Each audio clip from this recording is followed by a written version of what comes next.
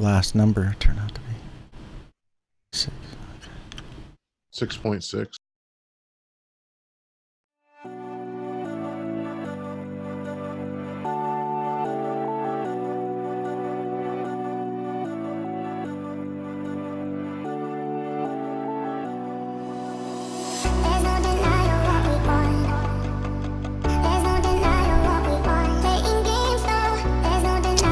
Hey guys, how's it going?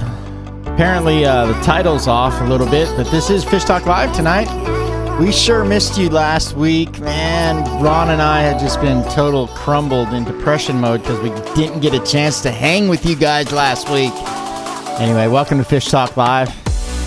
Glad to be back. I hope everybody's doing okay on the southeast coast of the United States.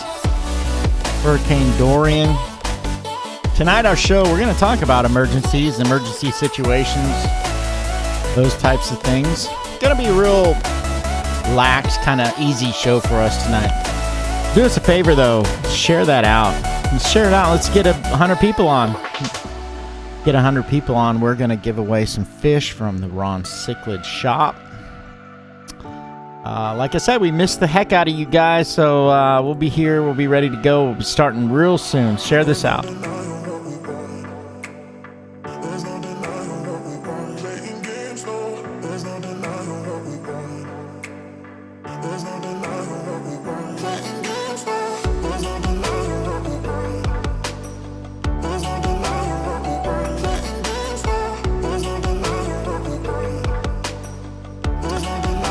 Hey, happy Wednesday, everybody. It's September 2019, the first show for Fish Talk Live this month.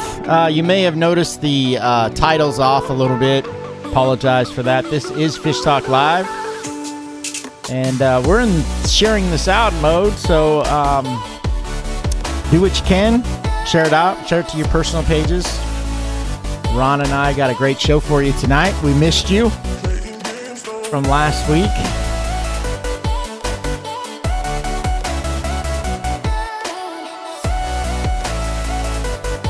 Yeah. So we're getting ready to start. Let's go ahead and start this bad boy up.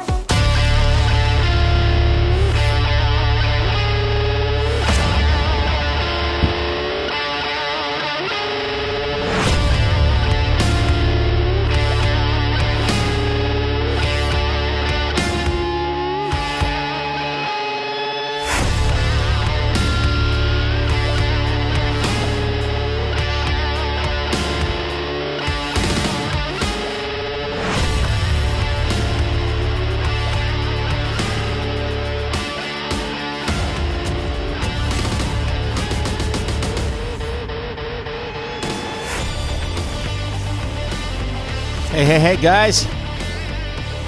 Welcome to Fish Talk Live. Dave Gould here. How's it going, everybody?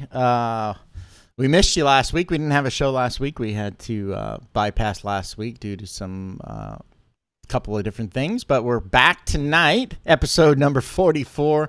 If this is your first time on Fish Talk Live, let me give you a rundown. Fish Talk Live is a live multi-stream gamified show that we do each week on Wednesdays. We talk about some of the best fish keeping topics in the hobby. We've had guests on before, just bringing you the best content we can possibly on social media. We stream live to Facebook, YouTube, Periscope, and Twitch. Also onto LinkedIn, our LinkedIn Fish Talk Live page. So, yep, it's my pleasure. I get to put this together every week, and it's my pleasure to be able to also introduce to you the host of the show.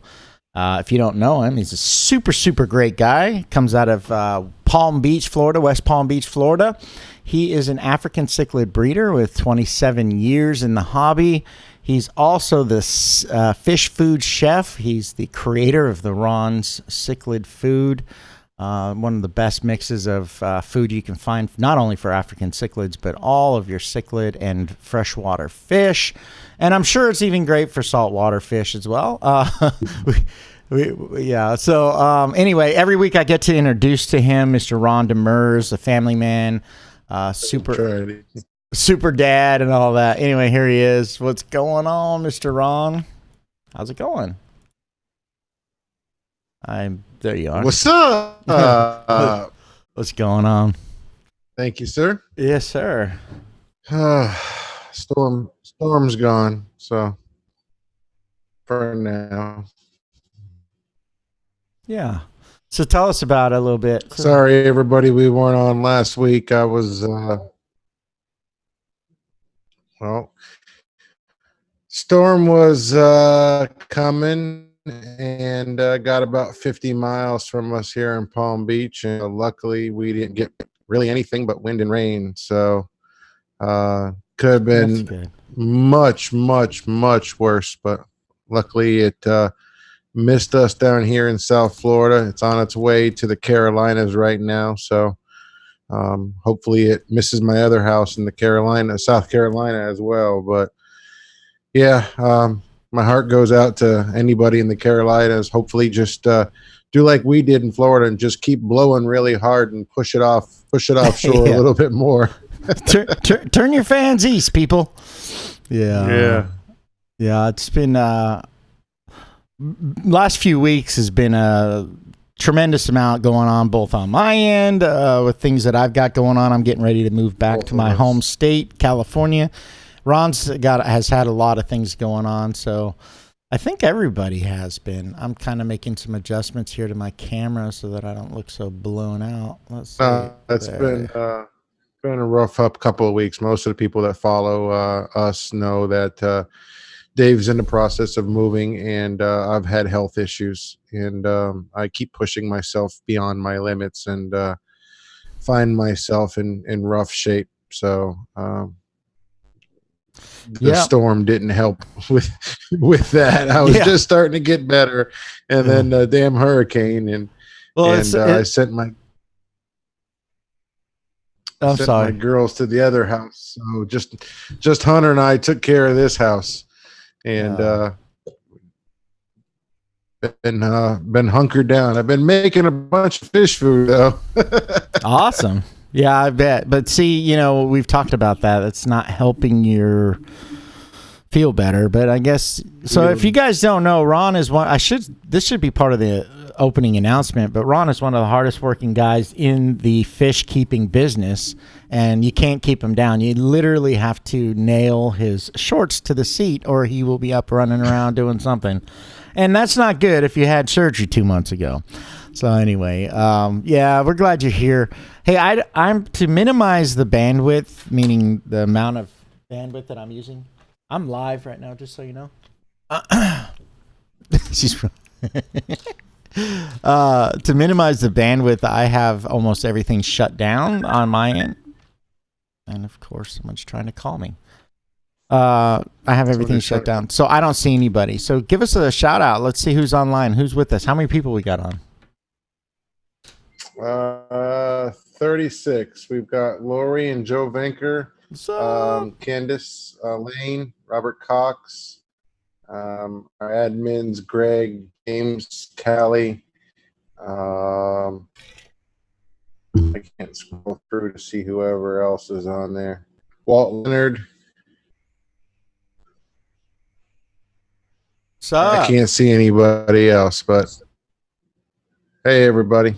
Yeah, hey. So welcome to all of the veterans out there, those that have been through 44 episodes of Fish Talk Live. It's just crazy that we've got 44. If you guys want to check out some old episodes, just type this URL into any web browser, fishtalk.tv. Will take you there. Yeah, I don't know what's going on. People are trying to get me, but here's the thing. This is just a quick message for the admins out there. So, yes, we're aware of the title. Thank you for that. We know the title is off. Sorry. But here we are. Just put the important questions through to me right now. So, we're going to talk about hurricanes and disasters again. We've had this before, but what a perfect thing to do today. Let's just talk about how crazy hurricanes are and what we can do to, prepare for our fish and things like that. So, group shout outs. We don't really have a whole lot of group shout outs. There's, I think Ron and I are both done begging people like, hey, let's let's promote you on the show. We get a good 6,000 people a week that give us a view. Why don't we put you out there? But I guess we're just solo. I guess we're that shining star that everybody's afraid of. No, I like to. Yeah.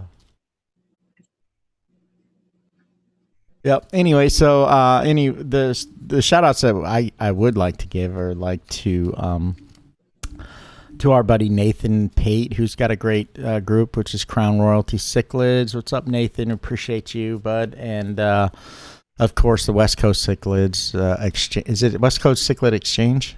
Yes. Yeah, that's Isaac Garcia. He's a great guy as well. Yeah. So I think Corium Hardscapes. James and Mindy. Yeah. So let's just talk about your groups then. Ron's got some great groups. They're relatively small, but what make them great are those amount of people. You get 50 people that are really good, like group members that are really into Facebook, and you got a great group. It doesn't matter. You don't need 20,000 people. You don't need 15,000, 10,000, 5,000 or whatnot. So most of his groups got about 1,000 people in them. We got the Mbuna Hangout. So if you're an Mbuna person, that's a great one. Our sub moderator / admin for that is Isaac Garcia. So he's good. He's taking care of that group. We also have the New World Cichlid Hangout. So if you're a New World person, if you like those South American and Central American cichlids, that's a great group. You can find all these groups by going to Ron Cichlid's page, and you can download, you can click from it. So look on the left tab, there's a thing that says groups, and all these groups are there. Another great group is the Lake Tanganyika's Clubhouse, and that one is run by our moderator, James Smith, our admin, and he's doing a great job. That group is really coming around a lot. There's the Amazing Tank Showcase, which is a group that is just for tanks. It's not a fish group. It's a tank group. So if you like looking at tank porn, this is the place to go. Obviously, last month we had a great series of DIY, do-it-yourself projects, and Ron's got a do-it-yourself group called the Aqua DIY.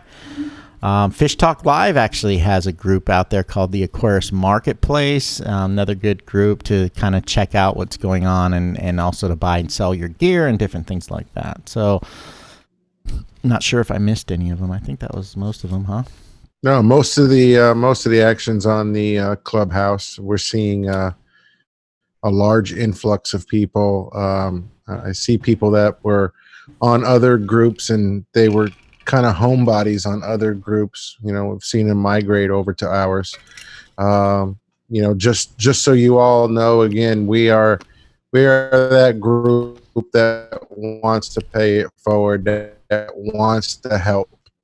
So if someone's giving you and not put in another word because somebody's already given you good advice, we are friendly, we're helpful, we don't deal kindly with trolls and haters and people that are mean or disrespectful to anybody. So yeah, I take if you see that, and we. I'm sorry. There's a little delay on the Zoom is causing a little delay. I apologize about that.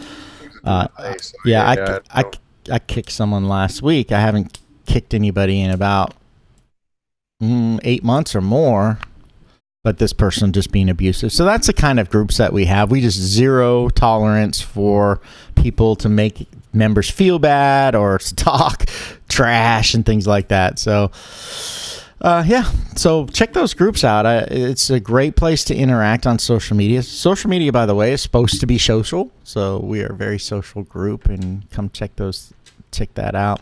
Obviously, absolutely. Yeah. Obviously, you can support this show by giving us a like, FishTalk Live, and you can also give Ron's Cichlids page a like too. So, there's no selling of fish on Facebook. But there is no reason why you can't promote great stores that do. And Ron's just been, his fish lately, always have been, but lately are just simply on fire. A great promotion this last Labor Day. So anyway, so that's kind of the news. I feel like I'm totally blind. I have nothing in front of me that shows me any activity on this show. I don't know if there's anybody there or what. No, we're just going to wing it tonight. Basically, you guys got questions?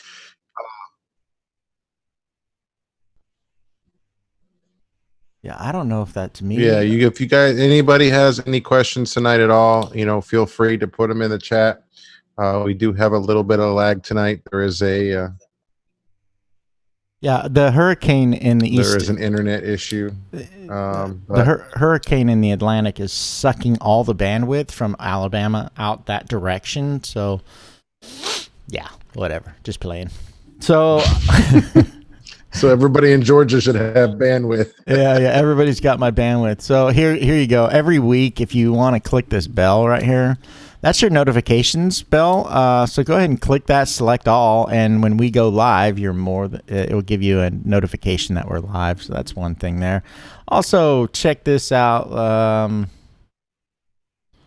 Wherever that slide went to, let's see. There it is. Here's our call-in number. So if you would like to call in, those are the numbers. Also, we have a chat bot. So if you type in star info into the chat right now, what it will do is pull up a message to you through Facebook. And there's a one-touch connection to the show. So we love call-ins. Tonight's a great night to call in. Just letting you know. And we'd love to hear from you. All right, so today we are going to be talking about what to do in disasters, emergency preparation for your fish. Ron and I are just going to have a conversation about this, talk a little bit about the hurricane. This has been a crazy hurricane. Not crazy. Just, all the different open ends, right, Ron? Just like, open-ended constantly. Well, it can never make up its mind, yeah. It was anybody who truly loves what Mother Nature is capable of, whether it's sunrises, mountains, lakes, storms, lightning, you have to look at the beauty of everything. And this storm was absolutely beautiful. I mean, it was absolutely the perfect storm. I've been watching it every hour for a week now, and it just got bigger, badder, stronger. And it was, like I said, within 50 miles of me. And I've seen a lot of hurricanes. I've been through a lot of them, but this thing was epic. It could have been so much more horrific on a biblical scale. They were comparing it to Hurricane Andrew, which anybody who lives anywhere in the Southeast United States remembers Andrew from 1992. Actually, they were. My heart goes. Sorry. Ron and I actually rehearse our banter, and when there's a delay, it's hard for us. It sounds like we're always stopping. Anyway, actually, they compared it to the Labor Day hurricane, which is the largest hurricane to ever hit the United States. Yeah. So, my heart goes out to anybody that had to deal with this in the Bahamas, completely unprotected, and will change that island forever. I mean, my heart goes out to anybody who has to deal with that. But as storms go, it's not heartless but you're always happy it goes somewhere else other than you. It's sad that Bahamas got hit so hard, but that storm sat on them for 2 days. And in a way, everybody in Florida is glad it sat there because it was able to stay out there. If it stayed on course, not only would it have been catastrophic for most of the state, but it was originally planned on jumping through the state, going into the Gulf, rebuilding, and then smacking into Louisiana and Alabama. And anybody in Louisiana can tell you they are done with hurricanes. If they don't see another one for 100 years, they'll be happy. But this storm could have been so much horrifically worse than it is or was. We got lucky. Everybody got lucky except Bahamas.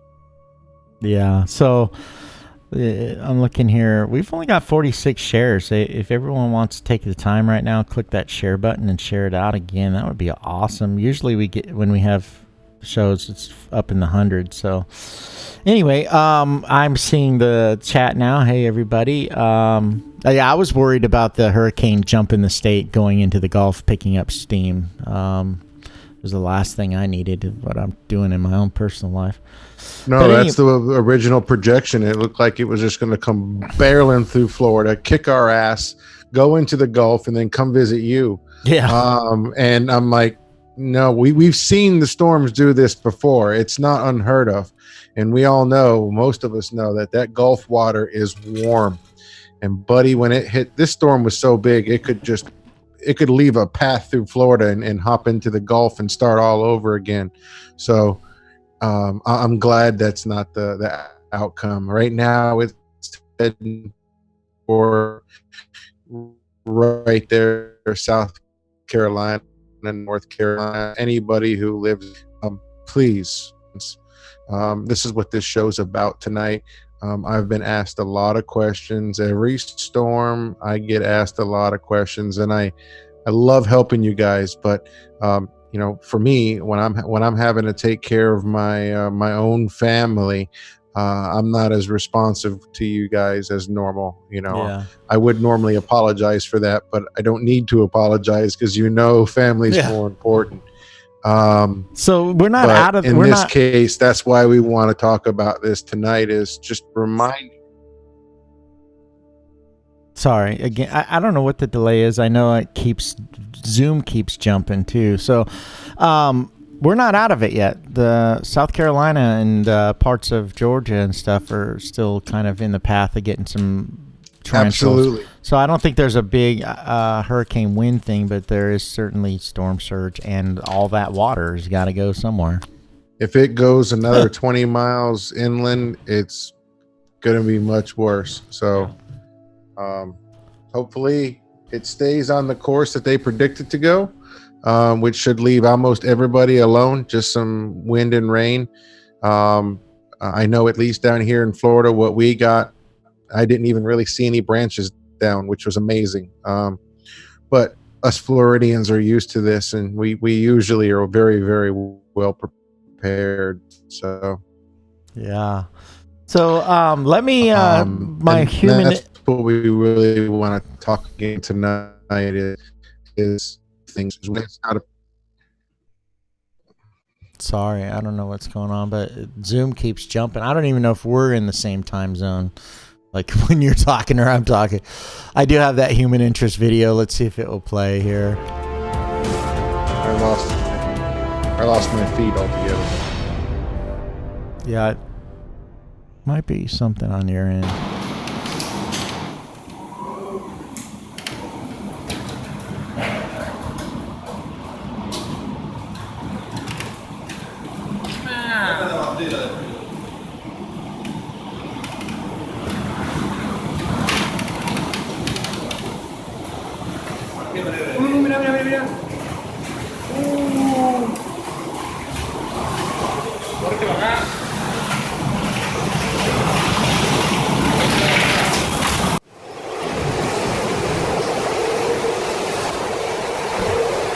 Yeah, so just a little video here. We all know Mother Nature is no joke. I just threw this video together. I'm looking at the video as well. It's very difficult to see, so I'm just going to end it right here. We'll bring Ron back. Let's see. There we go. Yeah. So, you know, we all know Mother Nature's no joke. If you've ever been through a hurricane, you will know, or a tornado, or dust storms out in Arizona, lightning storms, thunderstorms. Tell us about your worst weather experience, particularly how it relates to what you had to do with your fish and things. I mean, we're going to save that part, but give us your worst weather experience, Ron. Just curious. I mean, shortly after buying, well, my worst weather experience, I guess, if it traumatizing, was when I was a child. I think I was 12 or 13. I was standing on our screen porch, and lightning struck and hit a tree in the backyard. Mm. And the electricity radiated all the way up onto that wet mat I was standing on, and it knocked me unconscious. I think for like 30 or 40 minutes. That's probably the most traumatic weather experience I've had. I've been in the ocean in a boat with water tornadoes, water spouts. But your first hurricane or your second hurricane may be a little scary, but after that, most of us know how to prepare for it. And it's not as scary anymore. Mm-hmm. I think my first hurricane here was shortly after buying my first home within a few months. And I think I was more scared about the new home I purchased than anything else. Yeah, I would imagine. My worst weather experience, I'm trying to think. I don't know. I've never been in multi-day blackouts. Like the worst blackout was like, I think just, happened around 3 p.m, and it was still off when we woke up in the morning, but it came back on.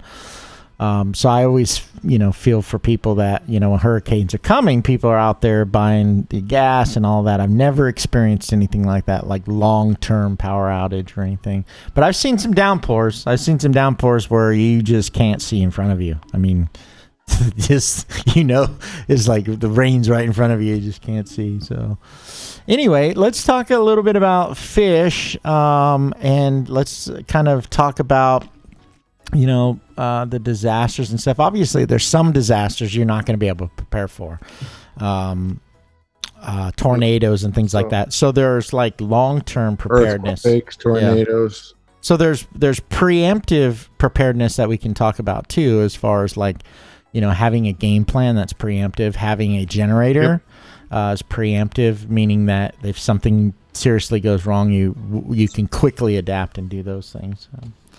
So I'll let you start, and I'll just I think there should be a preemptive and a proactive. So the reality is if you've got a fish tank and you care about the fish and you can afford it, get a generator. I mean, if you live in the Southeast United States and you get occasional brownouts, blackouts, or hurricanes where you're going to lose power, get a generator. I mean, don't wait till the storm comes to buy a generator, because no one's got them, and the prices sometimes get a little jacked up. Buy one in the time of the year where you don't normally need it. Don't even put gas in it. Just put it in the garage somewhere, and something's better than nothing. It doesn't have to be one big enough to run the whole house. It just needs to be big enough to keep the fish tanks going, and your freezers and refrigerators. So some people have, So let's talk about that a little bit. So a generator, for those of you that are unfamiliar, so I always go to that place, is going to be something that's run either on gas or propane. Sometimes you can find dual, meaning gas and propane. Some of the brands out there, you've got your Champion and your Durostars or Westinghouse, Onin, all of those. You get what you pay for, but keep in mind that this is for your fish, so it's not like, if you can afford one for your house and, it's really nice, then you can continue to watch TV and things like that. But you can even get smaller ones where you can still do the same thing. So what size would you be looking for? Something around 3,000, even 2,200, somewhere in there. I know Westinghouse has got a great generator that is on Amazon that you can get around $400. Yeah, it just depends on your application. Yeah. You can get I would recommend at least bare minimum, especially for people who like camping or outdoor parties or wherever. Get one of the small 1 to 2 kW portables. Yeah. They hold a couple gallons of gas, very efficient, very, very quiet. It serves so many more purposes than keeping your fish tank going. It may be big enough to run a refrigerator, but you can take it camping with you and have some fans and have some lights. You could take it outside when you're having a party or something, and away from the house if you've got property. There's a million things you can use a generator for. but I would consider buying one if you don't already have one. I've got 3 now, 2 at this house and 1 at the other, because it's something that always holds its value. I mean, if you buy a new one for 300-400 bucks, chances are you're going to get probably most of your money back out of it again, as long as it works, in the next few years. Mm-hmm. Um, there's two get a generator. Yeah, I mean, if you're trying to keep your fish, you don't have to stop talking. Just keep talking, Ron. If I interrupt you, I'm not trying to interrupt you, but no, with the pause, I don't know. Yeah. All I was going to say is you got two kinds of really. There's three major kinds, and there's some new technology that's coming out too with the lithium batteries. So where you charge these lithium batteries up, and they're ready to go. So when the lights go out, then it's like powerful enough. But 1,800 to 2,200 watts is like a really good small one. And you can buy those in your normal portable generators, which are going to be a little bit louder. Then they have a certain kind. Honda makes them. Westinghouse has got a cool one called inverter generators. Those ones are generally what they call super quiet portables. And you hear them humming, boom, as opposed to more lawnmower style generator going on. But anyway, yeah, you can find those for like the Westinghouse is a really great one. The iGen 2200 is like about they all need to be outside, everybody. Just so you know, don't run a generator in the house because you're burning fuel and fuel has carbon monoxide. So please don't run it in your house. Yeah. Actually one of the best ones, believe it or not, my buddy brags every single time there's a hurricane, is the diesel ones, because you go to every gas station and it's completely out of fuel, but they've got diesel. Yeah. So you can pull right up anytime you want and get all the diesel you want. Yeah. No problem. Yeah. And they also, some of these generators will what they call dual fuel. And so that means that they'll run on both natural gas and regular gas. But I would imagine, I don't know, because I haven't really been on where there's a run on the store for hurricanes. Does natural gas is the same thing? Is everybody stocking up on natural gas too, or what? No, natural gas is, if you're running a natural gas generator, it's going to have to be a whole house generator, and you're going to have a tank. You can't buy natural gas in any other way. You can't buy it in these little containers like you do propane. So propane, you can buy it in all sorts of containers. Once you get bigger than I think a 30-pound can. Oh, my bad then. Container, you can get propane for like a house. So, yeah, my bad. I meant propane. So, running on propane. But yes, this time of the year, if you live somewhere that you're going to get storms, look at a generator for multiple reasons. You and your neighbor can work something out together where maybe you guys can split it or something, or they take care of putting gas in it and they run in a few extension cords over. I talked to my neighbors this year. I said, hey, I got an extra one. Storm's coming. If you need it, that's fine, but it needs to stay nearby in case I need it as well. But if you know a storm's coming, prepare for it. Go ahead and do your water change a day or two before it comes. Drop the water level in the tank down a little bit. Stop feeding them. Get them ready for a potential power outage. Now, the first thing everybody starts saying is go to the store and buy a battery-powered air pump.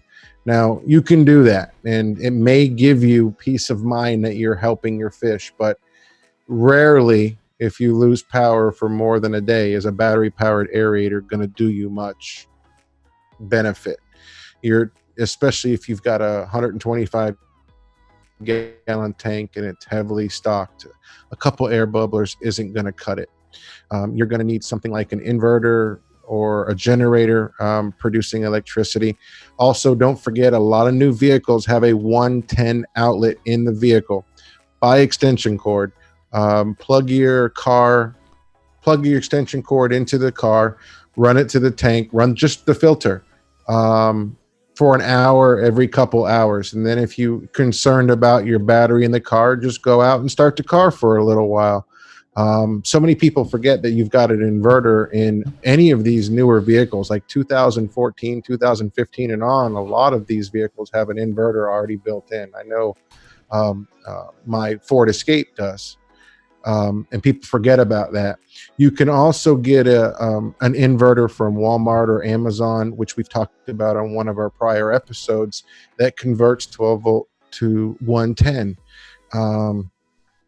All different sizes, once again rated by wattage, just like a generator. So a $40-50 inverter is awesome. Even if you don't need it in emergency situations, you can have it in your vehicle. Maybe you need to run 110, or maybe you're transporting fish or you just bought fish from somewhere. You can just plug it into your cigarette lighter and bring an air pump or a power head with you. We've talked about that as well for, when you move from one house to another, how do you move your fish?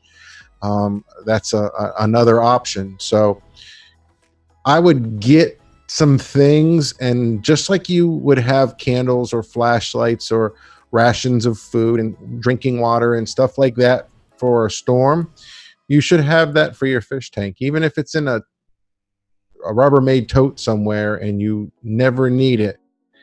Have it. Make sure you've got batteries for it. If you have to evacuate, there's nothing you can really do to take care of your fish. But if you're going to stay there while all the storms going on, then there's quite a few things you can do to keep them alive. Yeah. So, I'm doing something wrong. I'm sorry. No, that's You're still fine. there?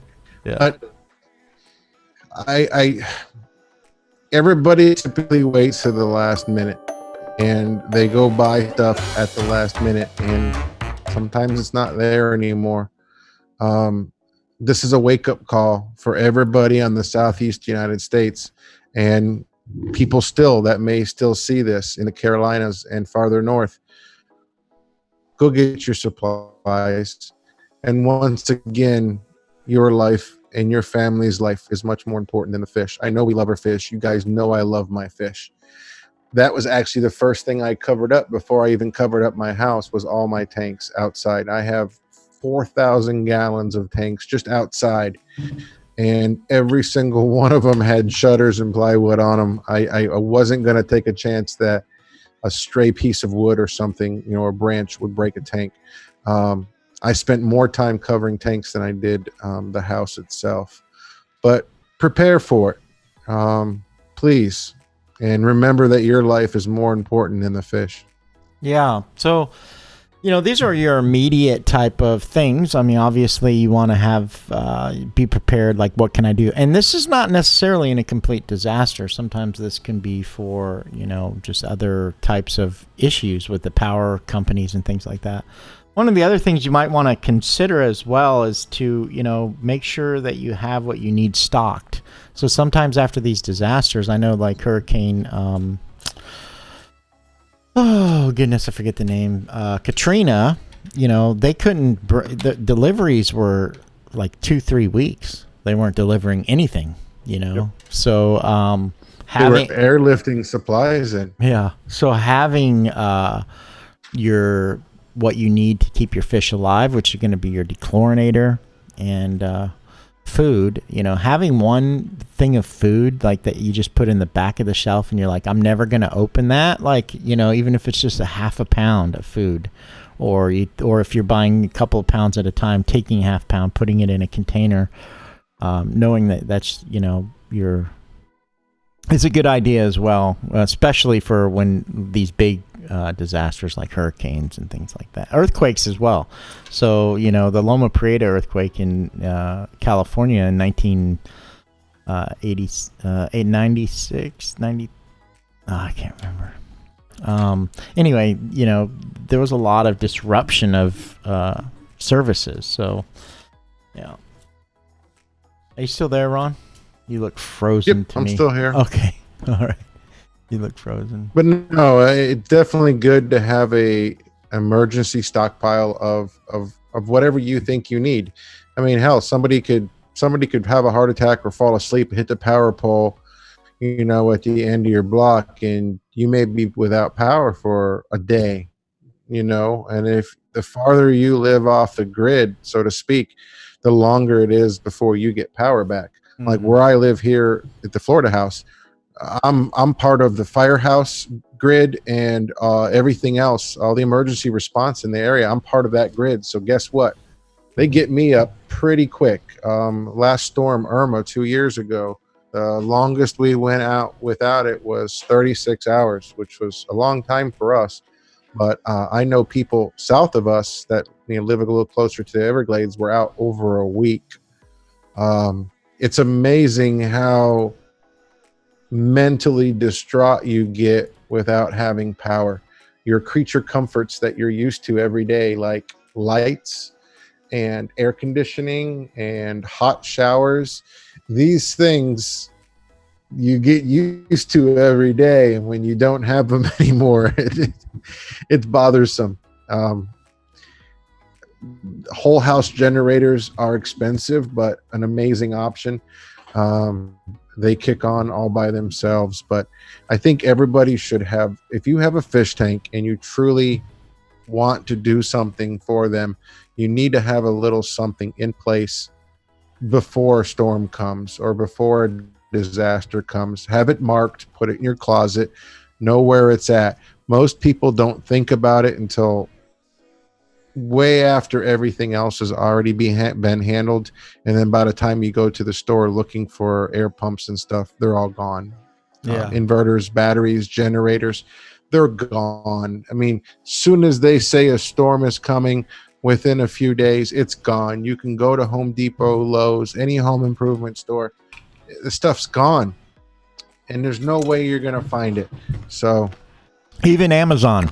So yep. We had a, I can't remember the name, but an earthquake or a hurricane that was supposed to come up to Mississippi and Alabama.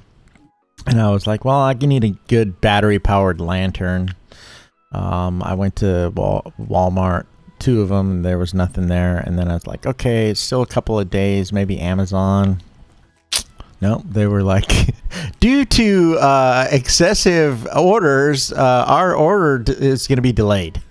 I was like, oh, wow. Okay. So you can't count on that 2-day prime sometimes when you need it. So,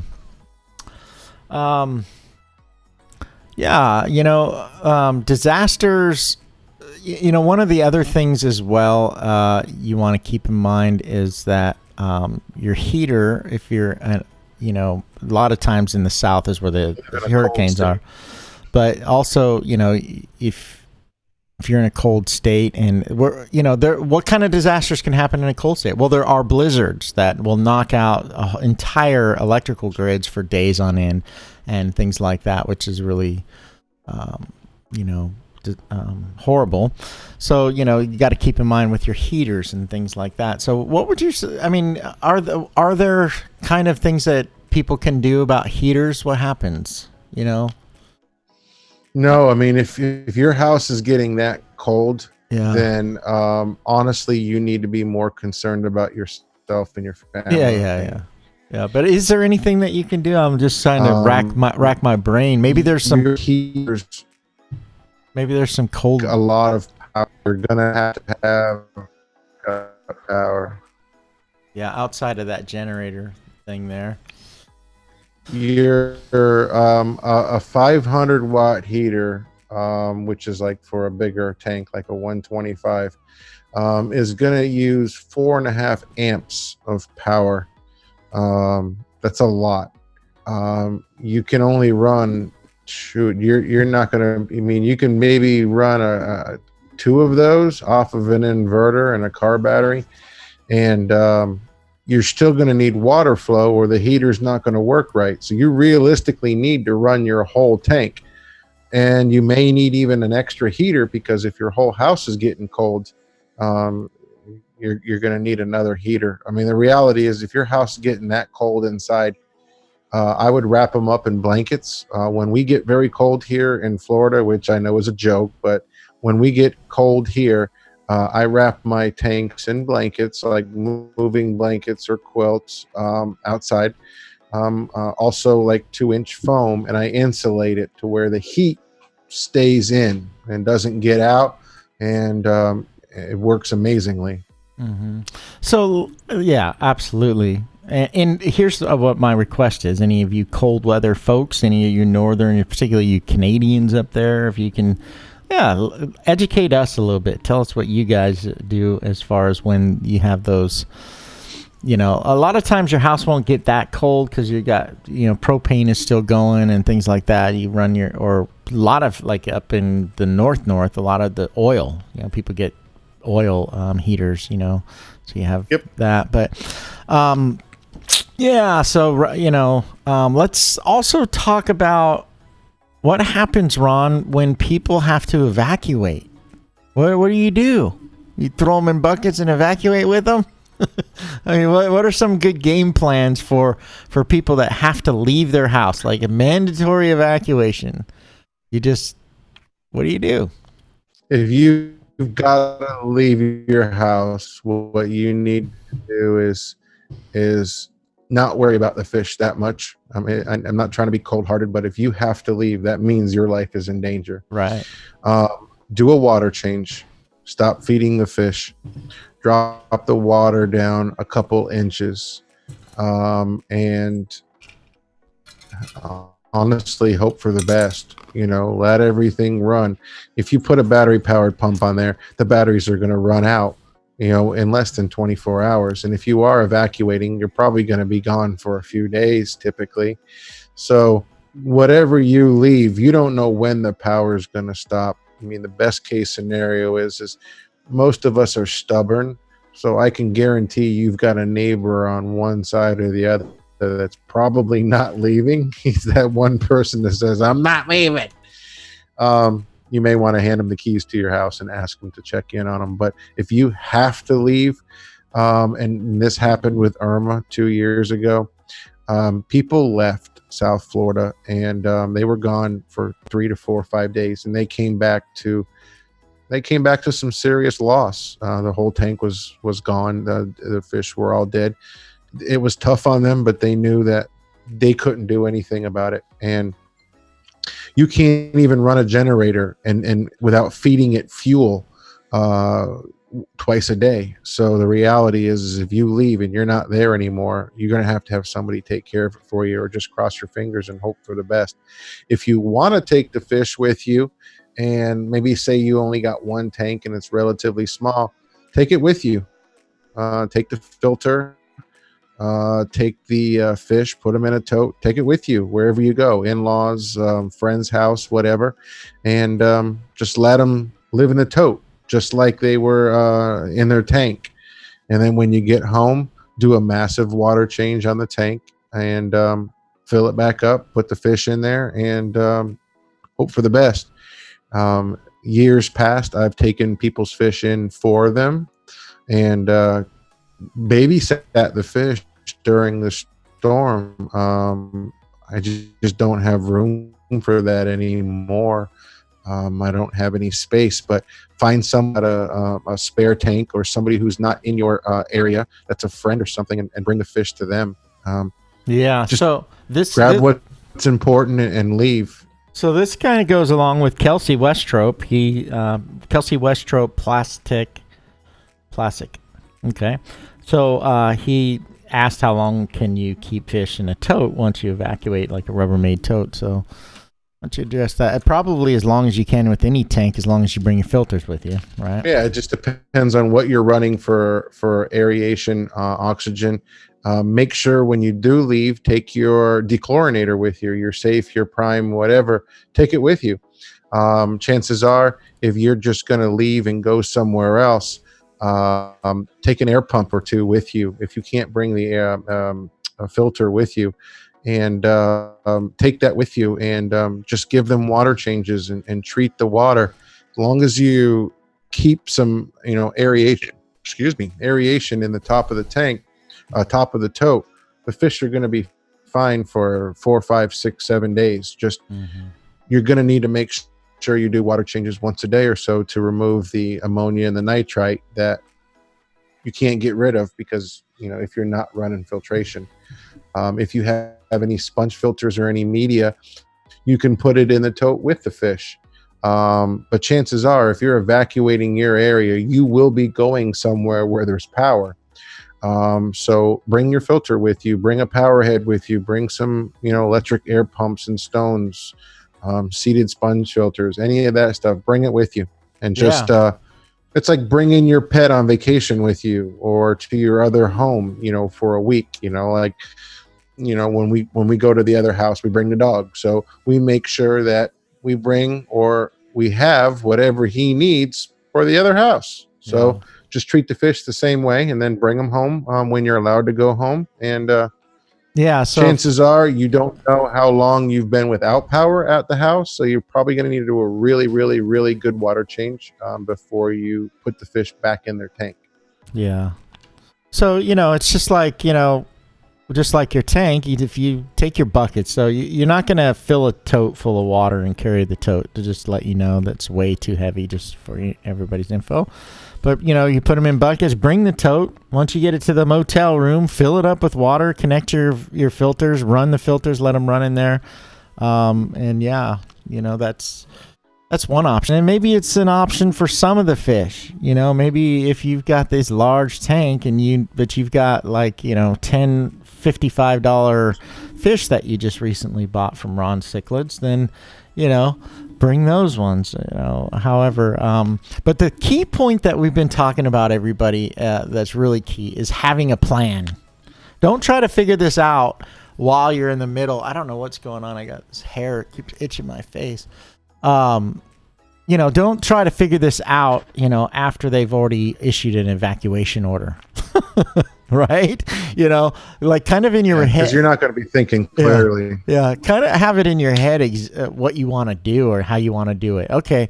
So, I should have one good, I forget what size those are, but the, 2-foot square tote and a couple of buckets, and I can bring this and then bring this and my dechlorinators and things like that. Petco's and PetSmarts, they're not going to be open for you if that's the case. Well, depending on where you go.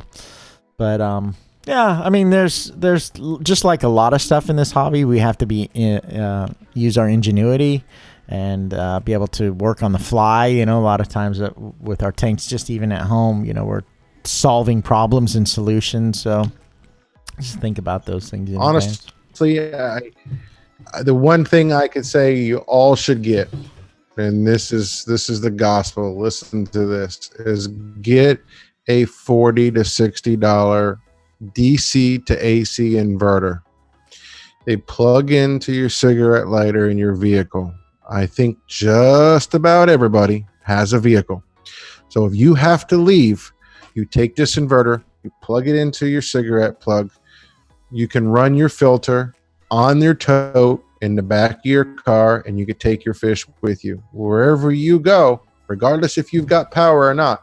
As long as the car is running or you've got power in that battery, then you can convert that to AC power and you're good.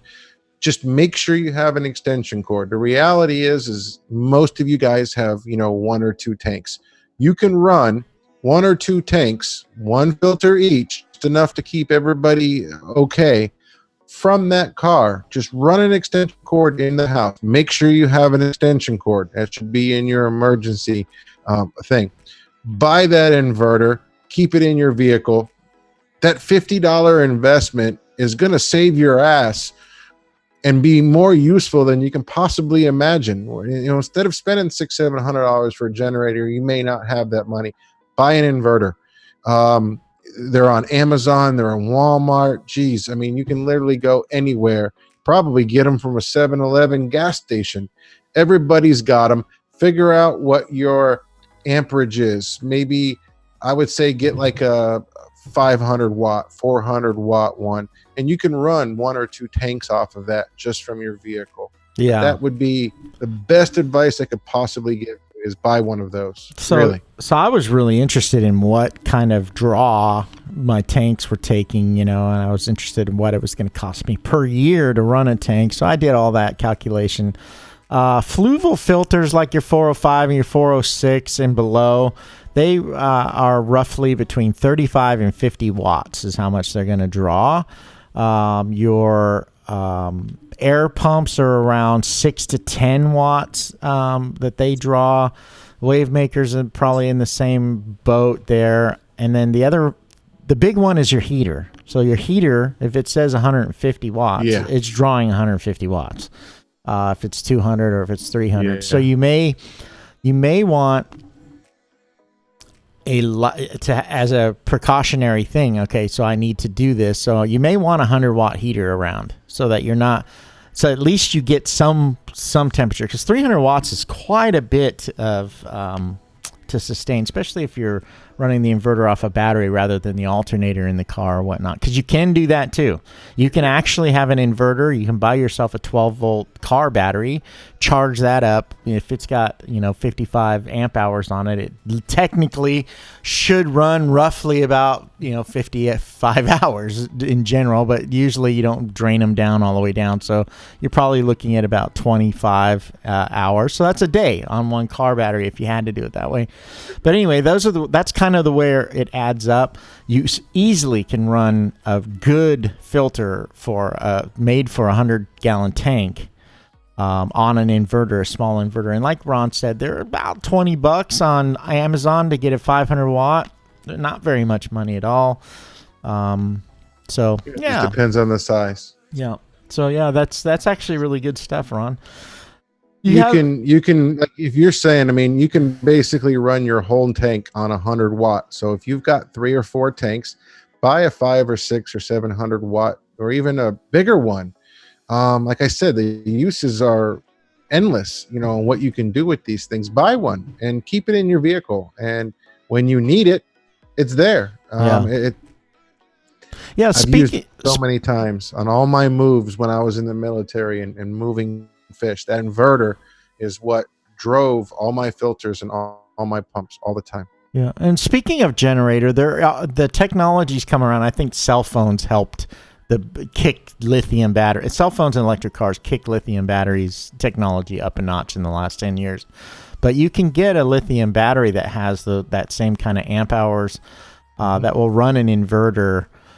So if, staying away from the generator side, but obviously once that drains, it drains and that's done, whereas you can put more gas into a generator. But having that around like as a backup, as a fail safe, like computers do that a lot. The battery packs for computers have those things. For any of you guys that have boats or RVs, you've got batteries there at your disposal. I always make sure all my batteries are charged everywhere, especially when I got a warning that a storm's coming. I plug all my batteries in, all my boats and everything, where if I really, really needed to and crap hit the fan, I've got probably 12 or 13 batteries, 12-volt big batteries at my disposal. And many times, even with the generator, we just want ambient lighting in the house because we don't have any electricity. I'll just run an inverter with a couple little clamp lights. And that's something else if you wanted to add heat to your tank without running a heater. This is a hack that would work for a lot of people, is get a 100-watt incandescent bulb or even a heat bulb, like for a reptile with one of the clamp-on lights, the workshop lights, they have a clamp on them. Put that above your tank and you may be able to raise it a couple degrees just by that. It'll be much more efficient heat-wise than a 100-watt heater would be, and it would use up about the same amount of power. Same thing as if you live in a hot climate like Florida, you can run a fan, a little generic desk fan. They don't burn, but I say burn, I'm an electronic guy. They don't use but more than maybe 30 to 50 watts at the most. You can use that to help cool the tank down too. So an inverter, I could talk for hours on the benefits of an inverter. Yeah. So there's a whole scientific thing there with fans. So that's basically, there are like a swamp cooler type of air conditioner is basically running air across the top of water, which does this heat exchange and cools things off. And you can do that with a tank as well. Do that kind of swamp cooler science. You can drop 4 to 7 degrees just by doing. Yeah, and you can get those fans even down to 3 to 5 watts. I just gave Randy a 5-watt USB fan that really helps her at night when she's sleeping. It's not too loud. And anyway, is there anything else we want to cover, or should we just move along here? I'm not going to show a lot of videos. I'm not going to do a big break in the middle. We're just going to move forward. But is there anything else we want to talk about? Does anybody have any questions? Feel free to call in if you want. I think we just need to really get the awareness out there that you guys just think about what you would need and start getting it, and have it there. We all love our fish. We know that. I see it every day on the forums. As soon as something happens to somebody's fish, they get emotional, and I appreciate that. Like you guys we keep saying, hashtag fish lives matter. Yeah. They do, but don't wait until you don't have any options. Be proactive and get the stuff that you need for your fish. If you have to leave, you're going to take your dog and cat with you. I know they're a different pet than a fish. I'm not comparing the two of them, but you're going to bring food with you. You're going to bring whatever, if that animal needs special care or special food or medication, you're going to bring it with you. It's the same thing for fish. Just be proactive and figure out what you need. And you can run 2 filters on a tank, and one of them is just there when you need it as a future backup or an extra power head. You can take these things out of the tank if you have to leave. A Rubbermaid tote, get a couple of them, some big garbage bags. We can go on for hours about just the little things that you should put together and have ready just in case you need it. Awesome. So I would like to invite everybody to also check out episode number 15, Help 911 When Shit Hits the Fan, is the other episode that we did about 30 weeks ago.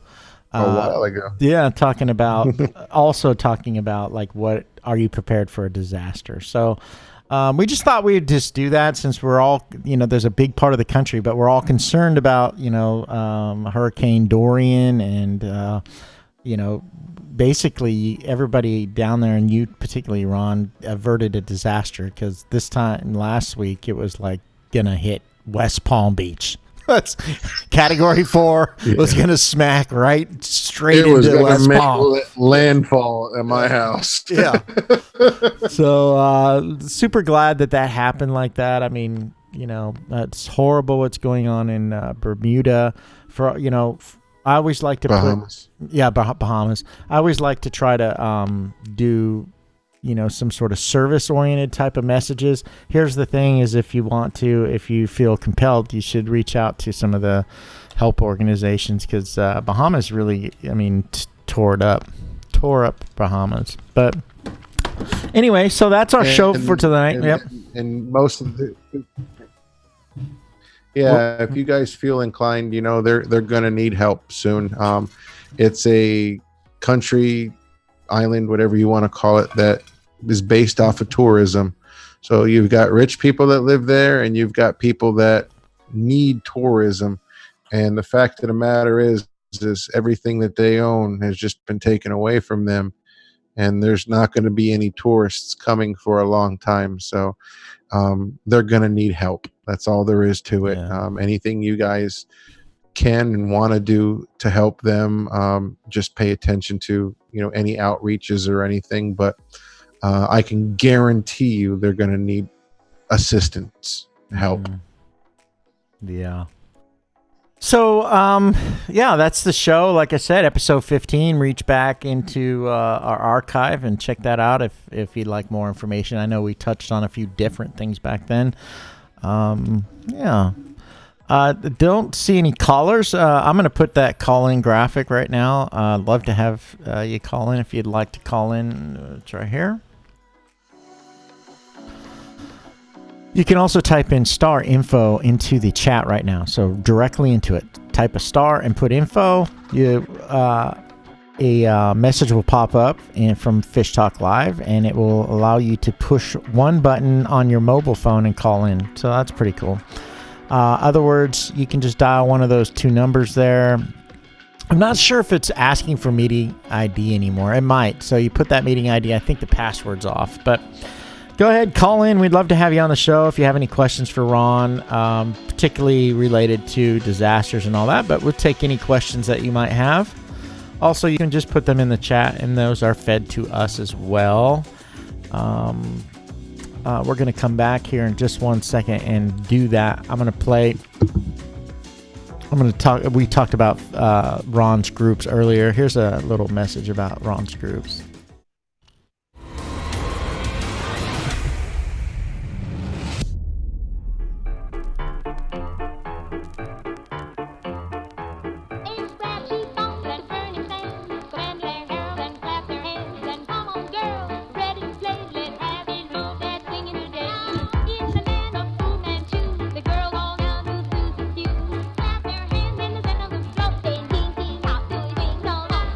Yeah, so there's a lot of great groups, a lot of different topics. Most of the groups have somewhere between 700 and 1,000 members. We'd love to have you participate in those groups as well, but the main group for Ron Cichlids is the Ron Cichlid Clubhouse. So, we will take some time here, just a few minutes, to see if there's any questions. I'm still not getting anything, so there's one question here, so it's a little off topic. Kelsey Westrope Plastic. Now it makes sense why there's two last names. Someone, I think Walt Leonard, said that it's a girl. So I apologize, Kelsey, for calling you out as a guy. But she would like to know the order of media for a sump. If you'd just like to quickly... There's so many different variations. It would be the same for all filtration. Doesn't matter if it's a hang on the back or a canister or a sump. The order is mechanical filtration is always first. Biological filtration is second. And then if you are running chemical filtration, then chemical filtration is last. Mm-hmm. Or polishing if you're using some sort of polisher. Yeah, you can put that anywhere you like. Mm-hmm. Put that at the end. So yeah, that's something we probably could talk about in one of the episodes in the future is sumps. I don't think we've ever done a sump episode, but yeah, we should. We've done a show. Yeah.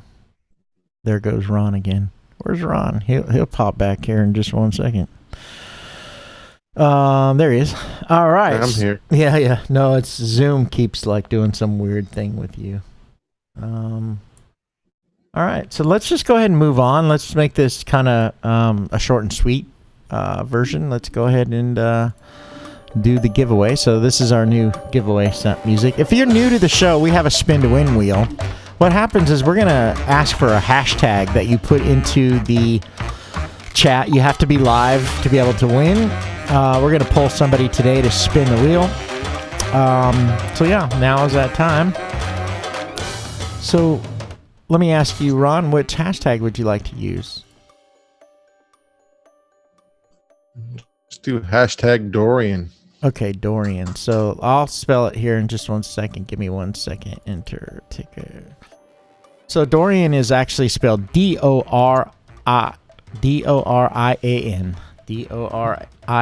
God, it's harder to say than it is to spell. Dorin.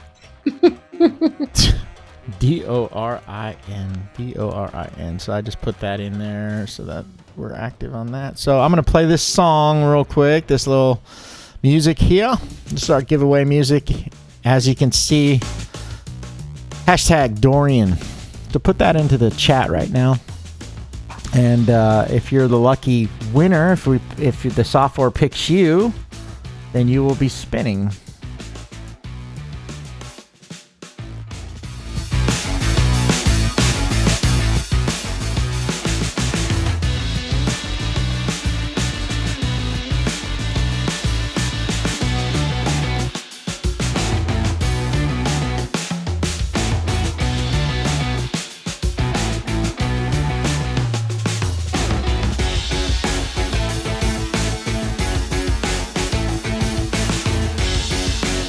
All right, everybody, just get that hashtag Dorian in there. Your mic's off. There it goes. Yeah, there's a delay, Ron. Definitely a delay between you and me. Okay. So, hashtag Dorian, everybody. You got to put the hashtag in, one word, Dorian, Dorian. That was easier to say. So put that in, and I'm going to use some magic software on my end to pick randomly a lucky winner. If you're picked randomly for the spin to win, you're guaranteed to be a winner. Don't run off, though, because you have to be here in order to win. All right, so let's go ahead and pull up the spin to win wheel. All right, there we go. First, let me go here. I'm going to take my little picture off because I'm not green screening, so it's kind of looks funky. There we go. All right. So, and then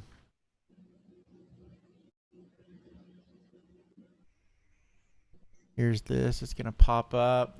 Pull one off of here. I'm still on there, aren't I? Excuse me, everybody.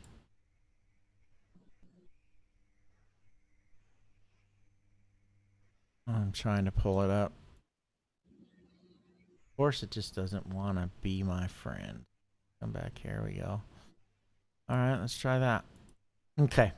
So as you can see, we have Fish Talk Live episode 44, Disaster. See, I changed the title, and I apologize. Some of you like, oh, what's this CBD Live thing here?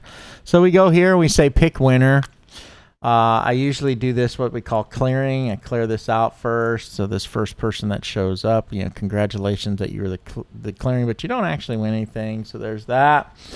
Our rules are that you can't win more than once in a month. So there's a couple of people that are ineligible from the last time. And what I mean by that is in a 4-week period of time.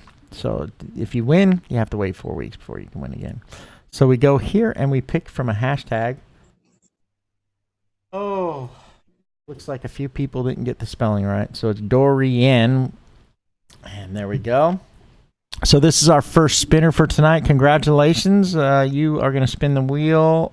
Athena Athens. We need to check on that because let's see when she won. Ron, do you have that note by any chance? Yeah. She won recently, but I just don't know how long ago it was.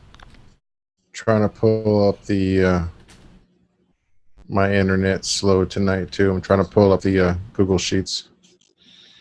Yeah. I keep track of everything. Yes, you do. One of my downsides. Well, I'm glad you do. That's why we work so well together.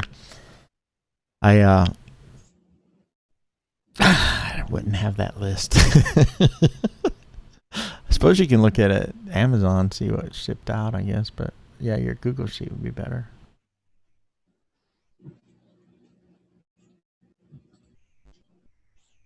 So we want to know that. Okay. There it is. It's been 4 weeks.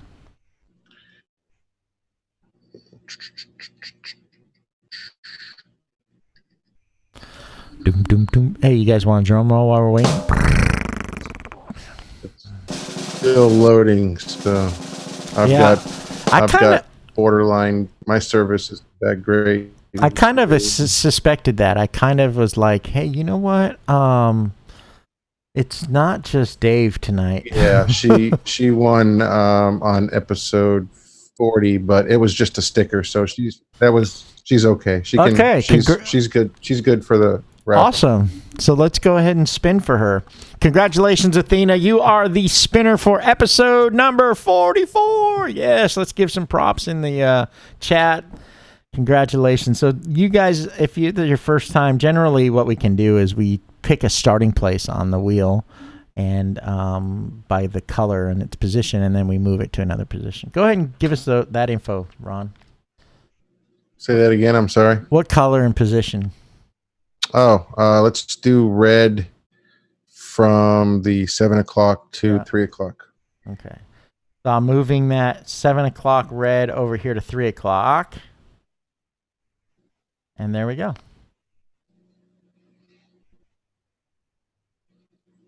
Big money. Big money. F4 to F1 250. Oh, she almost got that. You won a really cool thing. This is a Wi-Fi power strip, and if you guys have never seen this before, it's a 4-part power strip, and then it connects to your internet, your Wi-Fi system, and then you have an application either on your phone or an iPad or whatnot, and you can program that to turn on and off. Now, I used mine so that it would turn my air and my wave maker on and off. So it would run for 2 hours, then it would be off an hour. It'd run 2 hours, off an hour. So you can do all these complex things. You can also use it to do your lights. So you can say, it will look at Google, it will look at your location, and it will know what time the sun goes down. So, that changes every day depending on the part of the year. So if it's 6:22 tonight, it would turn your lights off at 6:22, turn them on when the sun comes up. So there's a lot of cool things. Cool prize. Congratulations, Athena. How awesome is that? We loved your video as well. Congratulations. Yeah, your testimonial video. So congratulations on that. We are going to end the show now. Thank you, everybody, for being on. Sorry we missed the last one. There's Ron and I said, this is a very busy time for us. We're actually going to, next week, I think, is when we're going to do it. I got to look at the date. Yeah, next week or the week after. We're going to pre-record a couple of shows for you guys because I'm going to be away and can't run the show. So, yeah. Thanks, everybody, for being on. I'll give Ron the last word. Word up. Oh, and don't forget about the secret show. So after the just credits, wanted to say love you guys. Sorry. Just wanted to say love all you guys. Thank you for all your support. Thank you for checking in on me, making sure I was doing all right in the storm and everything. For all of you that are in the path of this storm, please be careful. If you need anything, let us know. We've got a great network of people on the Facebook groups. There's probably somebody close by that can help. All you got to do is ask. So family and family first. And love you guys. Stay safe. If you need anything, let us know. Yeah, absolutely. So after the credits, I usually run a little secret show, as the mods call it. Just another little video. Tonight, it's courtesy of Mindy Pulse. She found this video, and I'm going to run it for her. So everybody take care. We'll see you next week.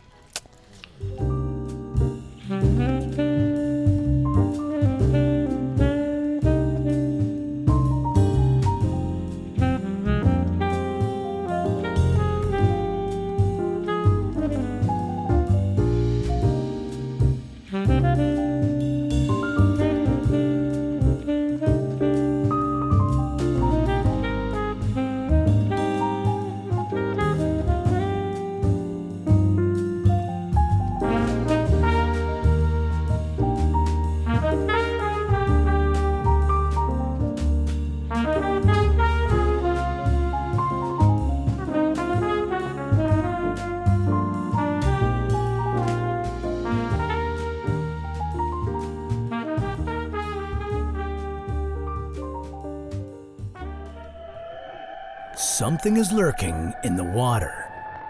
Do you see it?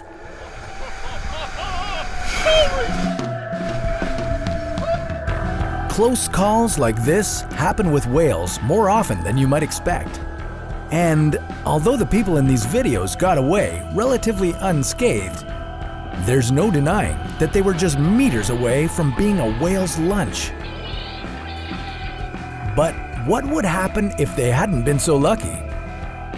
Could a human body survive being swallowed by a whale? Has it ever happened before?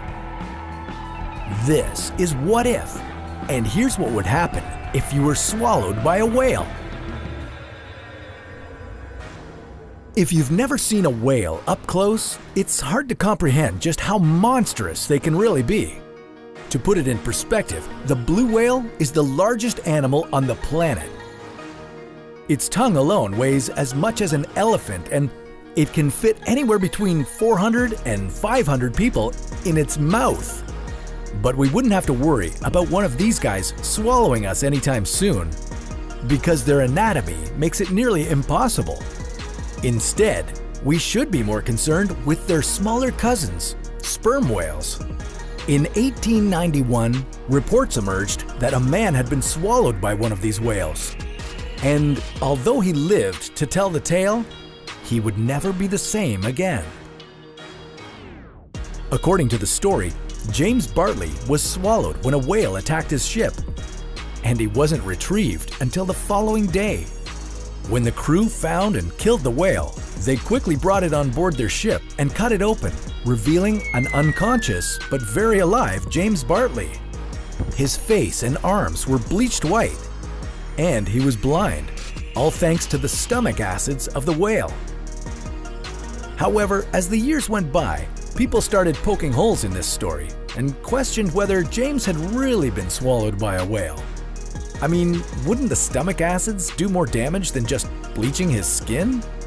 Well, with the power of science, we took a closer look, and we quickly discovered that if you get swallowed by a whale, coming back out with shiny white skin would be the least of your worries. Okay, so the first thing you'd have to worry about once you were swallowed would be getting shredded to pieces by the sperm whale's impressive set of teeth. Each tooth is approximately 20 centimeters long. That's about the length of an average chef knife, and whales have anywhere from 40 to 50 of these.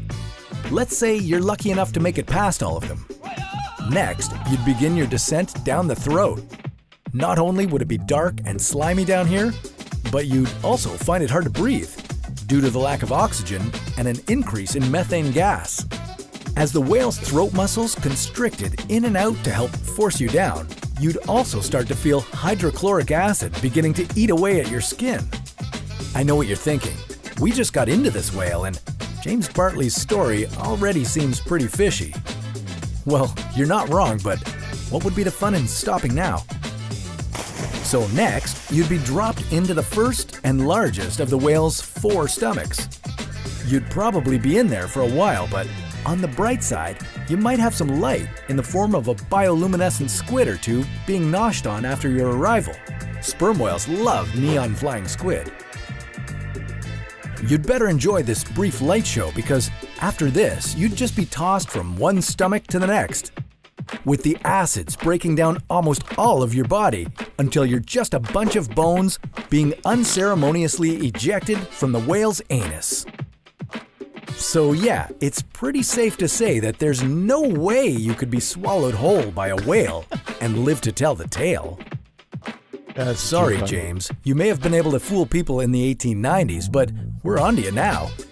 As vast as they are and as monstrous as they might seem to us, whales actually have no interest in eating humans. And if they could talk, they would probably make a point of telling us that. But that's a topic for another What If.